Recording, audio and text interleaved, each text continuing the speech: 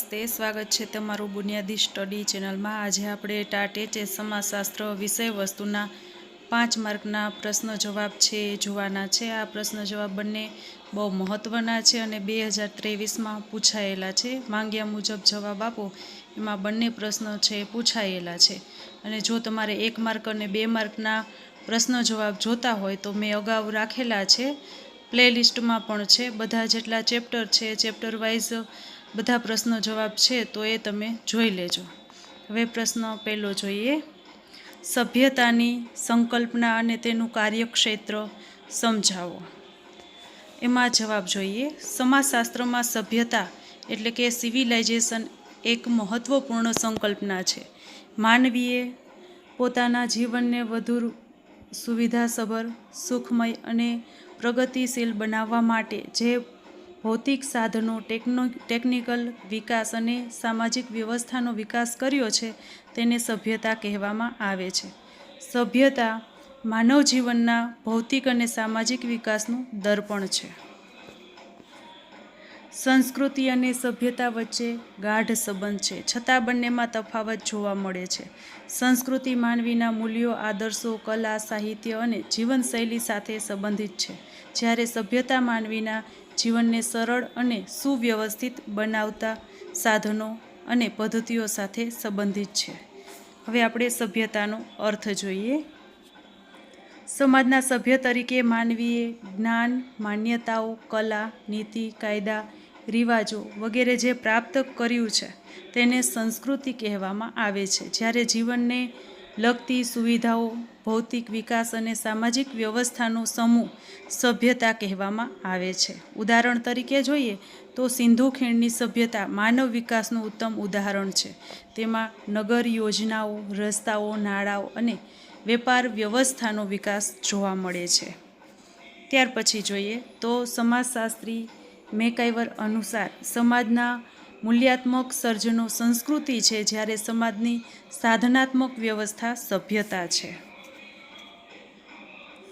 અર્થાત સાહિત્ય, સંગીત, કલા વગેરે સંસ્કૃતિના ભાગ છે, જ્યારે વાહન વ્યવહાર અને સંદેશા વ્યવહારના સાધનો સભ્યતાના ભાગ છે। સભ્યતા એક સતત વિકાસશીલ પ્રક્રિયા છે।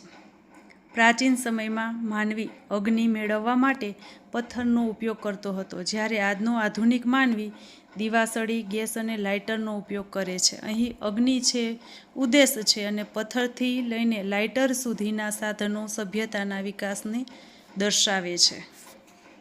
આથી કહી શકાય કે માનવીએ પોતાના જીવનની સ્થિતિ સુધારવા માટે જે ભૌતિક સાધનો, યાંત્રિક કુશળતા અને ઉપયોગી પદ્ધતિઓનો વિકાસ કર્યો છે તેનો સમાવેશ સભ્યતામાં થાય છે। હવે આપણે જોઈએ સંસ્કૃતિ અને સભ્યતા વચ્ચેનો તફાવત। એમાં પહેલું છે સંસ્કૃતિ, માનવીના મૂલ્યો અને આદર્શો સાથે સંબંધિત છે। તેમાં કલા, સાહિત્ય, સંગીત વગેરેનો સમાવેશ થાય છે। સંસ્કૃતિ માનવીના આંતરિક જીવનને દર્શાવે છે। સંસ્કૃતિ માનવીના વિચારો અને જીવનશૈલીનું પ્રતિબિંબ છે। ત્યાર પછી સભ્યતા વિશે જોઈએ તો સભ્યતામાં છે ભૌતિક અને યાંત્રિક વિકાસ સાથે સંબંધિત છે। તેમાં વાહન વ્યવહાર, સંદેશા વ્યવહાર અને ટેકનિકલ સાધનોનો સમાવેશ થાય છે। સભ્યતા માનવીના બાહ્ય જીવનને દર્શાવે છે। સભ્યતા માનવીના જીવનને સરળ અને સુવિધાસભર બનાવે છે। ત્યાર પછી હવે જોઈએ આપણે સભ્યતાનું કાર્યક્ષેત્ર। સભ્યતાના કાર્યક્ષેત્રને મુખ્યત્વે 2 ભાગોમાં વહેંચવામાં આવે છે। એમાં પહેલું છે યાંત્રિક સંગઠન। યાંત્રિક સંગઠનમાં ભૌતિક અને ટેકનિકલ સાધનોનો સમાવેશ થાય છે। આ સાધનો માનવ જીવનને સરળ, ઝડપી અને આરામદાયક બનાવે છે। ઉદાહરણ તરીકે આપણે જોઈએ તો એમાં છે કમ્પ્યુટર, છાપખાનું, રેલવે એન્જિન, વિમાન, radio, television, telephone, fax machine, રસ્તાઓ વગેરે। આ સાધનો માનવ જીવનમાં સુવિધા, ગતિ અને પ્રગતિ લાવે છે। આધુનિક વિજ્ઞાન અને ટેકનોલોજી સભ્યતાના વિકાસનું મુખ્ય પ્રતીક છે। ત્યાર પછી હવે જોઈએ સામાજિક સંગઠન। સામાજિક સંગઠન માનવીના વર્તન અને સામાજિક જીવનનું નિયમન કરે છે। સમાજમાં શિસ્ત, એકતા અને વ્યવસ્થા જાળવી રાખવામાં તેનો મહત્વપૂર્ણ ફાળો છે, જેમાં સમાવેશ થાય છે તો એક છે કુટુંબ, સમૂહ, જ્ઞાતિ. ત્યાર પછી આગળ જોઈએ તો વર્ગ વ્યવસ્થા, સામાજિક ચળવળો, આર્થિક સંસ્થાઓ, સામાજિક સંસ્થાઓ. આ સંગઠનો માનવીના સર્વાંગી વિકાસમાં મદદરૂપ બને છે અને સમાજને સુવ્યવસ્થિત બનાવે છે. ત્યાર પછી હવે ઉપસંહાર જોઈએ. અંતમાં કહી શકાય કે સભ્યતા માનવ જીવનના ભૌતિક, યાંત્રિક અને સામાજિક વિકાસનું પ્રતીક છે. માનવીએ પોતાની બુદ્ધિ, કૌશલ્ય અને પરિશ્રમથી જીવનને વધુ આરામદાયક અને સુખમય બનાવ્યું છે. યાંત્રિક અને સામાજિક સંગઠનોના વિકાસથી માનવ સમાજ સતત પ્રગતિના માર્ગે આગળ વધ્યો છે. તેથી સભ્યતા માનવ પ્રગતિ અને વિકાસનું મહત્વપૂર્ણ માપદંડ ગણાય છે. હવે બીજો મહત્વનો આપણે પ્રશ્ન જોઈએ. ભારતમાં મહિલા ઉત્કર્ષ માટે કરવામાં આવેલ બંધારણીય જોગવાઈઓ છે. એમાં આપણે સૌપ્રથમ પ્રસ્તાવના જોઈએ તો ભારતીય સમાજમાં પ્રાચીન સમયથી મહિલાઓને પુરુષોની સરખામણીએ નીચું સ્થાન આપવામાં આવતું હતું. બાળ લગ્ન, દહેજ પ્રથા, અશિક્ષણ, આર્થિક પરાધીનતા અને સામાજિક કુરીતિઓના કારણે મહિલાઓનો વિકાસ અવરોધાયો હતો. પરંતુ સ્વતંત્રતા પછી ભારતીય બંધારણના ઘડવૈયાઓએ સ્ત્રી અને પુરુષ સમાનતાના સિદ્ધાંતને સ્વીકારી મહિલાઓના સર્વાંગી વિકાસ માટે અનેક બંધારણીય જોગવાઈઓ અને કાયદાઓ અમલમાં મૂક્યા. ભારતીય બંધારણ મહિલાઓને સમાન અધિકાર, સમાન તક, સામાજિક ન્યાય અને સુરક્ષા પ્રદાન કરે છે. પરિણામે આજે મહિલાઓ શિક્ષણ, રાજકારણ, વિજ્ઞાન, રમતગમત, ઉદ્યોગ અને સામાજિક ક્ષેત્રોમાં મહત્વપૂર્ણ યોગદાન આપી રહી છે. ત્યાર પછી હવે આપણે સમજૂતી જોઈએ. મહિલા ઉત્કર્ષ માટેની મુખ્ય બંધારણીય જોગવાઈઓ જોઈએ. એમાં પહેલું છે કલમ 14 કાયદા સમક્ષ સમાનતા.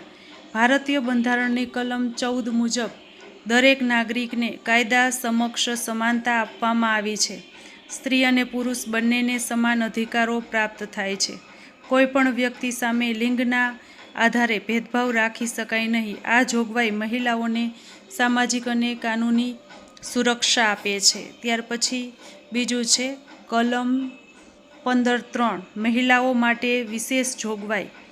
આ કલમ અનુસાર રાજ્ય સરકાર મહિલાઓ અને બાળકોના હિત માટે વિશેષ જોગવાઈઓ કરી રહી છે. મહિલાઓની નબળી સામાજિક અને આર્થિક સ્થિતિ સુધારવા માટે સરકારને ખાસ યોજનાઓ, શૈક્ષણિક સગવડો અને સુરક્ષા વ્યવસ્થાઓ ઊભી કરવાની સત્તા આપવામાં આવી છે. આ જોગવાઈ મહિલાઓને પુરુષોની સમકક્ષ લાવવા માટે ખૂબ જ મહત્વપૂર્ણ છે. ત્યાર પછી ત્રીજી કલમ છે 16(2) રોજગારમાં સમાન તક. આ કલમ મુજબ ધર્મ, જાતિ, વંશ, જન્મસ્થળ અથવા લિંગના આધારે રોજગારમાં ભેદભાવ રાખી શકાય નહીં. મહિલાઓને સરકારી નોકરીઓ અને જાહેર સેવાઓમાં સમાન તક આપવામાં આવી છે. આ જોગવાઈના કારણે મહિલાઓ આજે શિક્ષણ, વહીવટ, સૈન્ય, પોલીસ, આરોગ્ય અને વિજ્ઞાન જેવા ક્ષેત્રોમાં આગળ વધી રહી છે. ત્યાર પછી હવે આપણે ચોથી કલમ જોઈએ. કલમ છે 39 આજીવિકાનો સમાન અધિકાર. બંધારણની કલમ 39 મુજબ મહિલા અને પુરુષ બંનેને આજીવિકા મેળવવા માટે પૂરતા સાધનો પ્રાપ્ત કરવાનો સમાન અધિકાર આપવામાં આવ્યો છે. રાજ્ય સરકારને એવી નીતિઓ અમલમાં મૂકવાની સૂચના આપવામાં આવી છે કે જેના દ્વારા મહિલાઓ આર્થિક રીતે આત્મનિર્ભર બની શકે. ત્યાર પછી પાંચમી છે 39(d) સમાન કામ માટે સમાન વેતન. આ કલમ અનુસાર મહિલા અને પુરુષ બંનેને સમાન કામ માટે સમાન વેતન મળવું જોઈએ. આ જોગવાઈ મહિલાઓના આર્થિક શોષણને અટકાવે છે અને લિંગ સમાનતાને પ્રોત્સાહન આપે છે.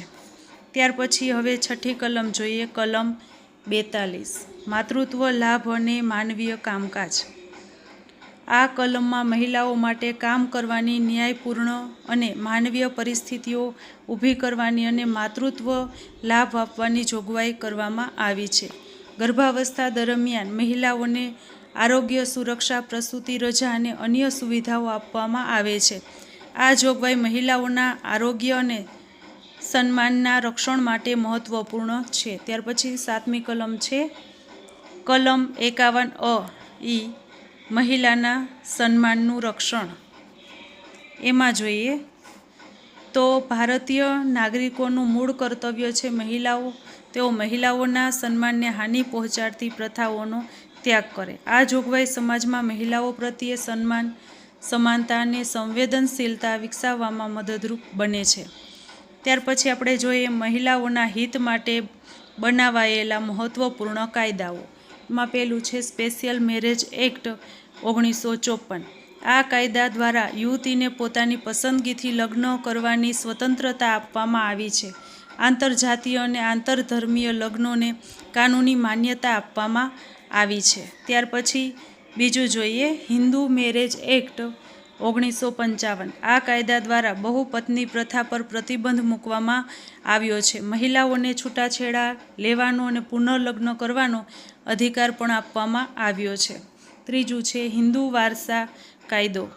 આ કાયદા દ્વારા મહિલાઓને પિતૃ સંપત્તિમાં સમાન અધિકાર આપવામાં આવ્યો છે. પરિણામે મહિલાઓ આર્થિક રીતે વધુ સશક્ત બની છે. ત્યાર પછી ચોથું છે દહેજ પ્રતિબંધક કાયદો 1961. ડાવરી પ્રોહિબિશન એક્ટ દ્વારા દહેજ લેવું અને આપવું બંને ગુનો જાહેર કરવામાં આવ્યો છે. આ કાયદાનો મુખ્ય હેતુ દહેજ પ્રથા અને મહિલાઓ પર થતા અત્યાચારને રોકવાનો છે. ત્યાર પછી 5મું છે સમાન વેતન કાયદો. આ કાયદા દ્વારા મહિલાઓને સમાન કામ માટે સમાન વેતન આપવાની જોગવાઈ કરવામાં આવી છે. આ કાયદા મહિલાઓના આર્થિક હકોનું રક્ષણ કરે છે. ત્યાર પછી જોઈએ રાજકીય ક્ષેત્રે મહિલા સશક્તિકરણ. ભારતના બંધારણના 73 અને 74 સુધારા અનુસાર ગ્રામીણ પંચાયત, તાલુકા પંચાયત, જિલ્લા પંચાયત અને નગરપાલિકાઓમાં મહિલાઓ માટે 33% બેઠકો અનામત રાખવામાં આવી છે. આ જોગવાઈથી મહિલાઓને રાજકીય ક્ષેત્રમાં પ્રવેશ અને નેતૃત્વની તક મળી છે. આજે ઘણી મહિલાઓ સરપંચ, મેયર, ધારાસભ્ય અને સંસદ તરીકે સફળતાપૂર્વક કાર્ય કરી રહી છે. ત્યાર પછી જોઈએ મહિલા ઉત્કર્ષના પરિણામો. એમાં છે મહિલા શિક્ષણમાં નોંધપાત્ર વધારો થયો છે. મહિલાઓ આર્થિક રીતે આત્મનિર્ભર બની છે. રાજકીય ક્ષેત્રમાં મહિલાઓની ભાગીદારી વધી છે.